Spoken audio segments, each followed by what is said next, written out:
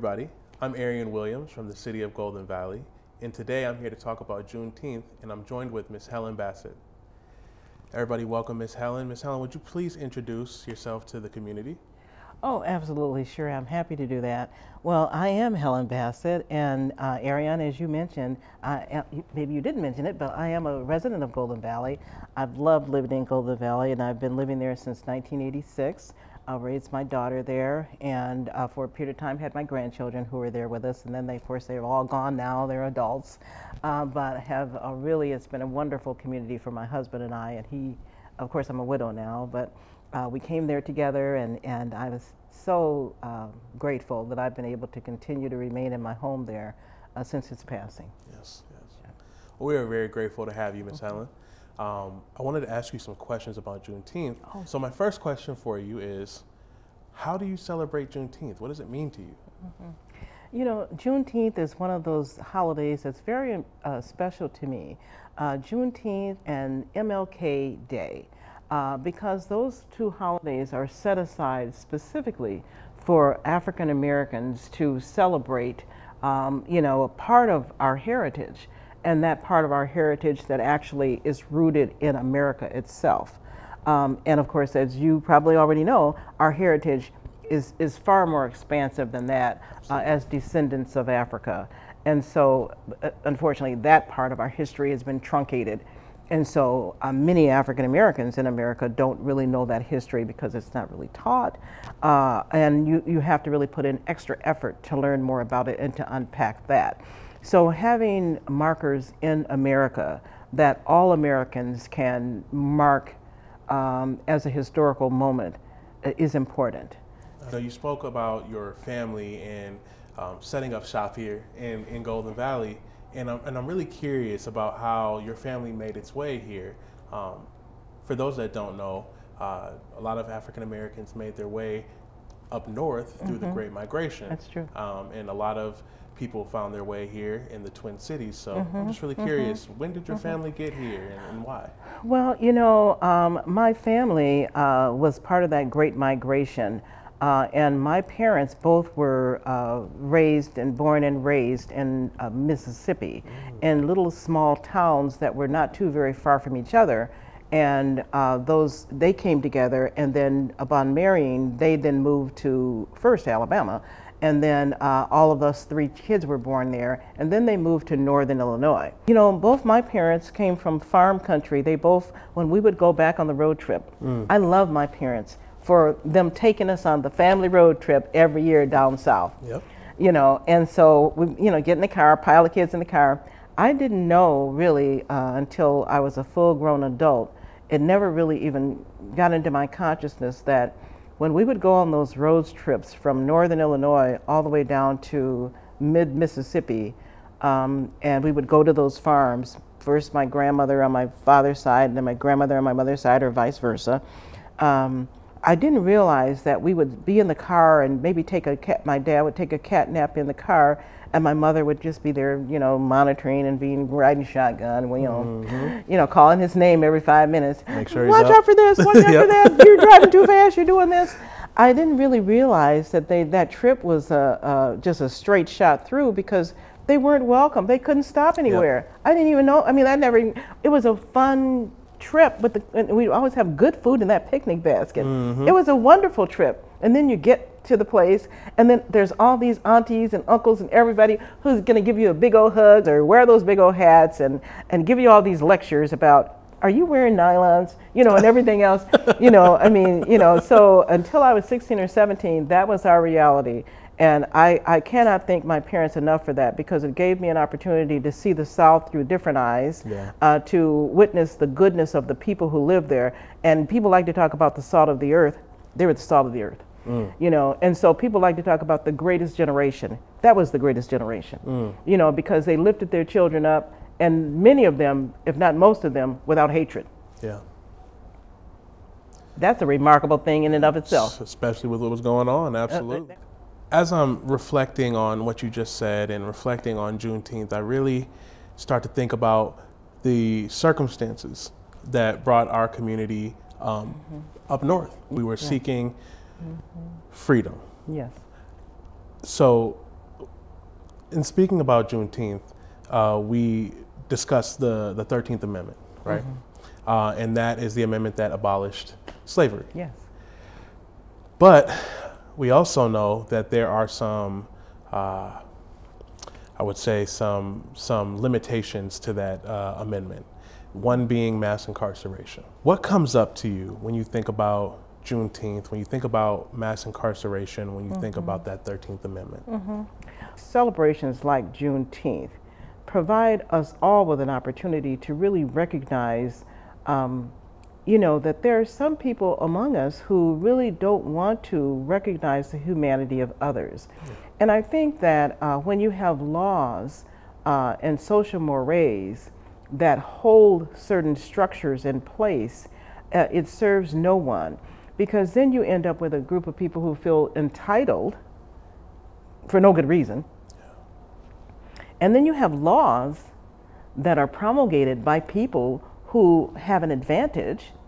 And let's face it, many people don't want to give up an advantage. Yeah. You know, and so having people give up advantages means that, and in their minds, that means that, well, if I give up my advantage, then what will happen to me?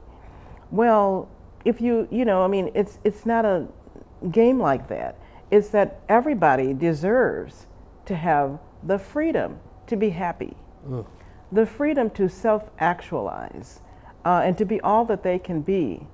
And if everyone is being all that they can be, we can do all kinds of things, wonderful things together. We can celebrate the person who had been previously enslaved, but who invented a whole manner of things, but were never even able to own their own patents. Right.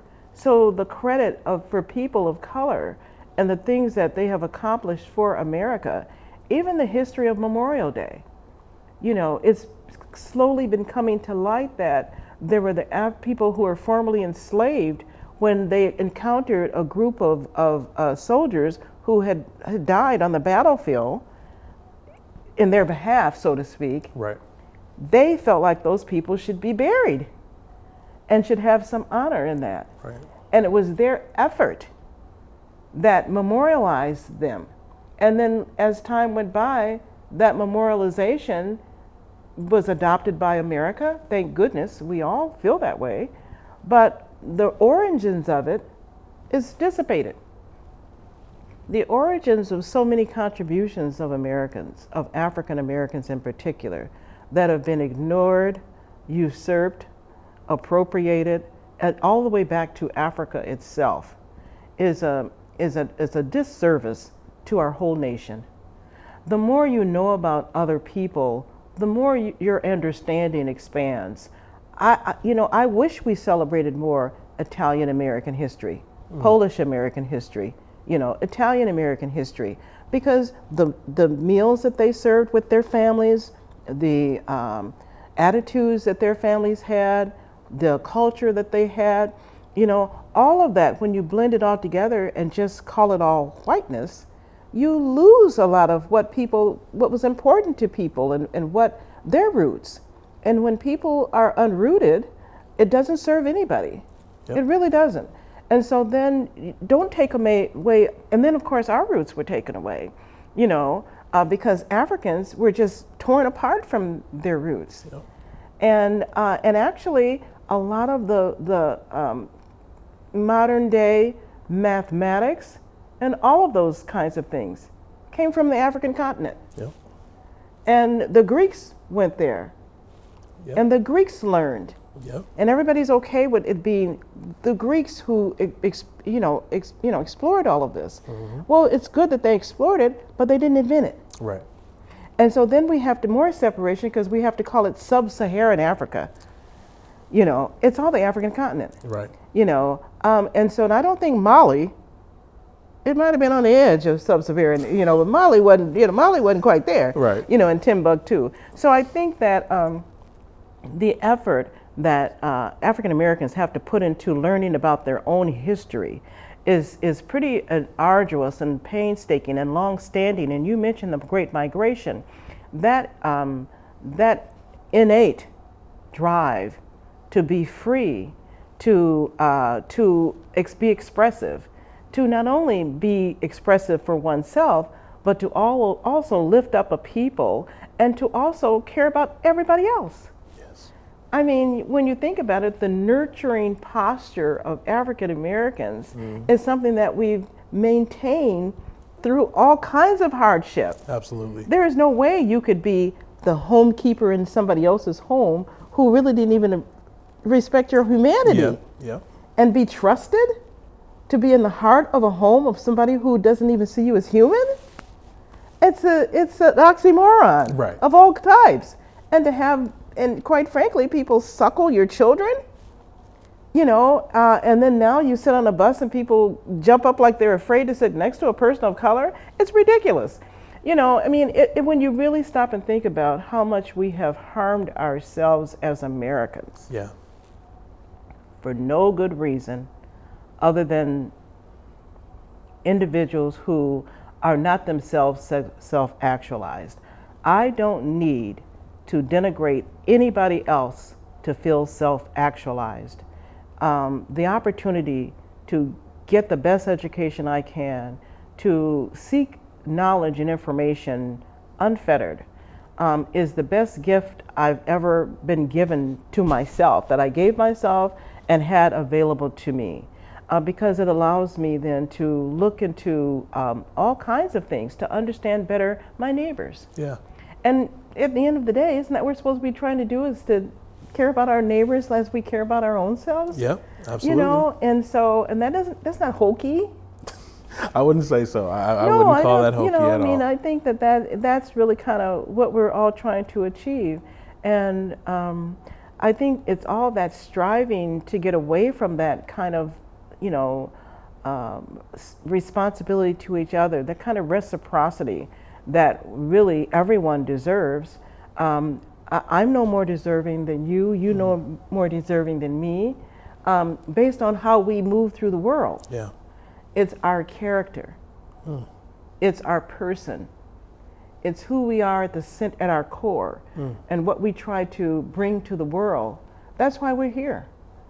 You know, are we here for any other purpose? I worry about the images that our children are seeing, all of our children.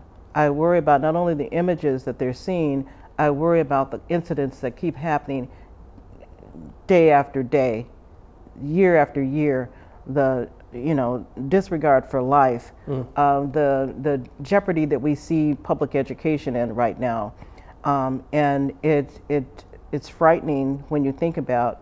We need that kind of calmness. We need that kind of foundation for all of the children to rise up and be all they can be, because we really need them. As the population is getting older, we cannot abandon the youth. So Juneteenth to me, and the migration to me, means all of those things balled into one, because it's the upward mobility of all of the people. And it's the marking of the fact that there are some people who don't want to see everybody else self-actualized. There are some people who hold on to that marginalization, and they hold on to it at the peril of everyone. I don't think people, and so we have to remember, we have to be realists and know there are people in the world who really don't want everyone to self-actualize. Right. They will do things like keeping the truth of a change in law, like a Juneteenth, from a whole population of people. When the law is abolished, first of all, that there even was a law like that, and then when the law is abolished, that there are people who would still hold them back. Yes. Juneteenth represents part of the whole story. Right. And the whole story is that there were people who were in positions of power and authority who were willing to sacrifice the lives of other people for their own advantage, is the bottom line. And in that, we all lose. There is no reason in the world that America cannot stand tall. I don't think people really realize the close connection, the interconnectedness, and the importance of allowing everyone full, free, and unfettered freedom to self-actualize.